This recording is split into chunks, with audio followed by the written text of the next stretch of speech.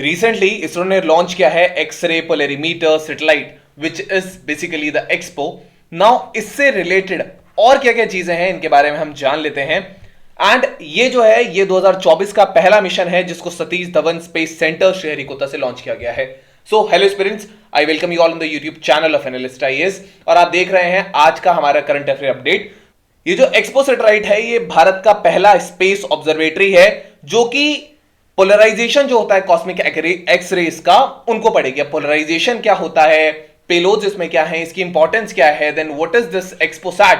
After that we'll be discussing कि बाकी ऐसे कौन से मिशंस हैं and then our prelims and the mains practice question which is based around this topic. So let's start.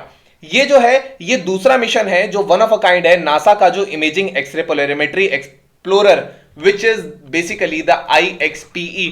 इसके बाद जो भारत का जो एक्सपोसेट है ये इसी से रिलेटेड एक दूसरा मिशन है। So the thing is these were the images जिसको 1 जनवरी 2024 में इसरो ने डाला था। नाउ प्रश्न उठता है कि इससे रिलेटेड पेलोड्स क्या है, लेकिन पेलोड से पहले जो प्रश्न उठता है वो ये है कि ये मिशन क्या है। नाउ एक्सपोसाइट जो है ये एक स्पेस एक्सप्लोरेटरी मिशन है जिसको इसरो ने लॉन्च किया है जो नेचर होता है एक्सरे मिशंस का उनको पढ़ने के लिए, जो कि ब्राइट सेलेस्टियल बॉडीज से मिलता है मीडियम रेंज में।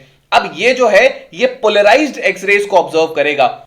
ये जो ऑब्जर्वेशंस हैं ये तब परफॉर्म होंगे जब न्यूट्रॉन स्टार जो है वो ट्रांजिट में होगा अर्थ के शैडो रीजन में। अब न्यूट्रॉन स्टार बेसिकली क्या होता है, ये एक बहुत मासिव स्टार होता है जो बहुत कंडेंस हो जाता है कोलैप्स होने के बाद। ये ब्लैक होल जितना डेंस नहीं होता but yes it is very dense. So ये जो मिशन की लाइफ है इसकी लाइफ लगभग पूरे 5 साल है।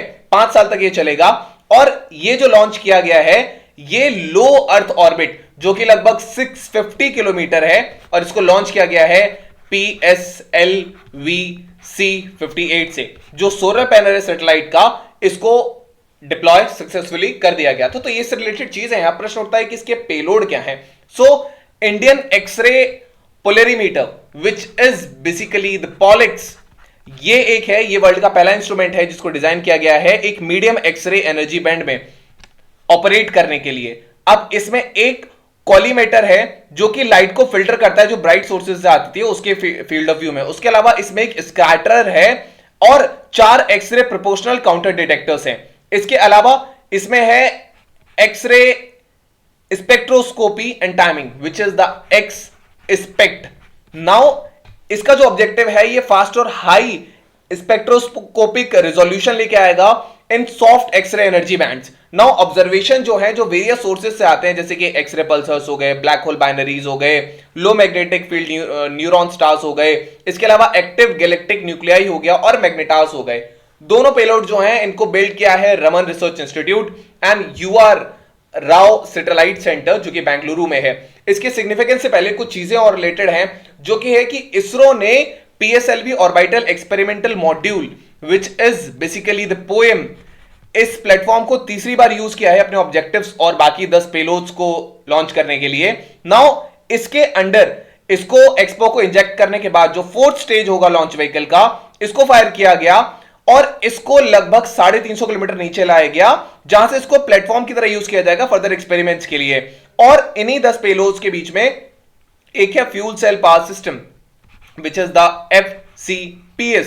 नाउ ये जो पेलोड है इसको इसरो ने ही डिजाइन किया है, इसका जो विक्रम साराभाई स्पेस सेंटर है, और ये इंपॉर्टेंट है। इसके पोटेंशियल एप्लीकेशंस होंगे इंडिया के स्पेस स्टेशन में जो कि लगभग 2035 तक प्रपोज किया जा रहा है। जो पोएम के एक्सपेरिमेंट्स हैं इनमें एक वुमेन इंजीनियर्ड सैटेलाइट भी है विच is basically the VSAT।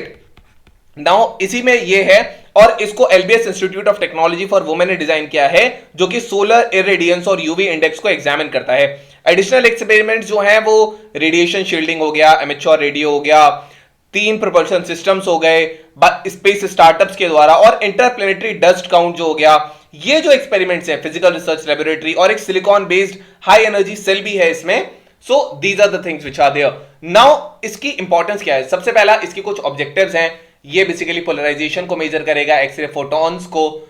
So this is the case जिनका एनर्जी बैंड लगभग 5 to 30 किलोवोल्ट होगा। एंड नाउ मिशन की लाइफ 5 साल है। प्लेटफॉर्म मॉडिफाइड IMS-2 बस है इसका जो पेलोड है polarimeter instrument the x-ray which is the POLIX from the Raman research institute, orbit जो है इसका सर्कुलर लियो 500 से 600 किलोमीटर का इसका ऑर्बिट है और इसका इंक्लिनेशन लगभग less than equal to the 30 degree है।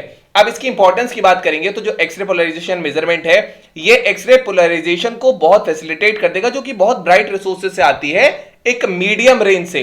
नेक्स्ट थिंग इज प्रीवियसली केवल टाइमिंग और ब्रॉडबैंड स्पेक्ट्रोस्कोपी जो होती थी उसको परफॉर्म किया जाता था सैटेलाइट जैसे कि इंडिया का जो एस्ट्रोसैट है, वाइल जो इसके अलावा जो पोलराइजेशन होता था जिसके लिए हमने इसको डिप्लॉय किया है सिलेटियल सोर्सेज से, इसको या तो ऑप्टिकल या रेडियो बैंड्स में बेसिकली ऑब्जर्व किया जाता था। ये जो है ये दो डिफरेंट काइंड ऑफ सोर्सेज को ऑब्जर्व करता है। Out of 10 x-ray radiating sources जो आइडेंटिफाई हुए हैं, एक्सपोसैट जो है ये ऑब्जर्व करेगा जो परसिस्टेंट सोर्सेज हैं जिसमें दोनों टारगेटेड और नोन सोर्सेज हैं, और ट्रांजिट सोर्सेज हैं जैसे पल्सर्स हो गए, जैसे मैग्नेटार्स हो गए, ये भी कुछ टाइप के बेसिकली सेलेस्टियल बॉडीज होती हैं। बेटर अंडरस्टैंडिंग में लिखी हमें यूनिवर्स की जो पॉलिक्स है, इसमें जो एक और हमने एक पेलोड पढ़ा था which was the POLIX. Now POLIX जो है ये एंगल मेजर करेगा, डिग्री मेजर करेगा पोलराइजेशन के जो एक्सरे फोटॉन्स आते हैं जो कॉस्मिक एंटिटी को सराउंड करते हैं जैसे कि ब्लैक होल्स हैं, न्यूट्रॉन स्टार्स हैं।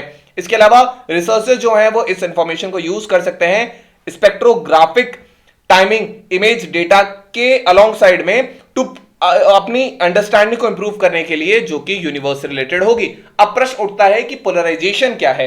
तो देखिए एक्सरे में दो वेव्स होती हैं, एक इलेक्ट्रिक वेव होती है और उसके अलावा एक मैग्नेटिक वेव होती है, और कॉन्स्टेंटली ये मोशन में होते हैं, लेकिन ये एक पर्टिकुलर डायरेक्शन फॉलो नहीं करते हैं। ये सिनुसॉइडल हैं, ये these are basically sinusoidal waves. On the other hand जो एक्सरेज जो पोलराइज्ड होती हैं ये ऑर्गेनाइज्ड होती हैं, और दो वेव्स होती हैं जो सेम डायरेक्शन में वाइब्रेट कर रही हैं। For example here you can see that ये जो दो वेव्स आ रही हैं ये एक सिमिलर डायरेक्शन में ही प्रोपगेट कर रही है। Now the thing is x-ray जो एमिट करते हैं मैग्नेटार्स या ब्लैक होल जो एमिट करते हैं, ये वैरायटी ऑफ मटेरियल से टकराते हैं जब वो आते हैं। तो जब एक्सरे किसी थिक क्लाउड ऑफ मटेरियल से पास करेगा, अगर वो इस ब्लैक होल से निकला और वो इस क्लाउड से पास करेगा, तो यहां पे क्या होता है इसके इलेक्ट्रिक कंपोनेंट से एक फोटोन जो है वो अपना जो डायरेक्शन है वो चेंज कर देता है क्योंकि वो स्कैटरिंग के थ्रू जाता है। एज अ रिजल्ट ये जो नया फोटोन है ये पोलराइज हो चुका है, और इसी को डिटेक्ट करने के लिए हमने इसे डाला है। ये एक डायरेक्शन में ऐसे पोलराइज हो जाता है जो कि ओरिजिनल और स्कैटर्ड फोटोन के बीच का जो एक प्लेन होता है वहां पे स्कैटर होता है। So these are the things which are related to this. Now यहां प्रश्न उठता है कि और ऐसे कौन से सिमिलर मिशंस हैं जो लॉन्च हुए हैं।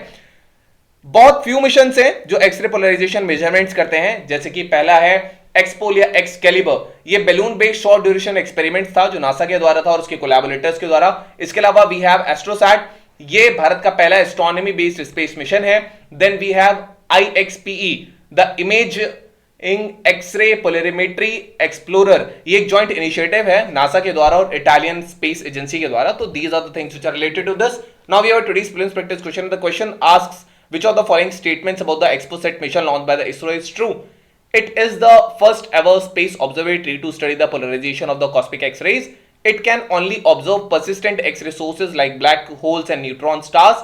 Its key payload Pollux measures the intensity, not the polarization of the X-rays. The POEM platform it utilizes also carries experiments by private space startups. So you can type the answer in the comment section. They'll let you know if it's correct or not. Then we have today's main practice question. The question asks, analyze the scientific significance of the X-ray polarimeter satellite mission launched by the ISRO, highlighting its unique capabilities and potential contributors to our understanding of the universe. So this is all about today's video and session. I hope you understood it very well. Thank you. Have a nice day and stay tuned with Analyst IAS for your better preparation.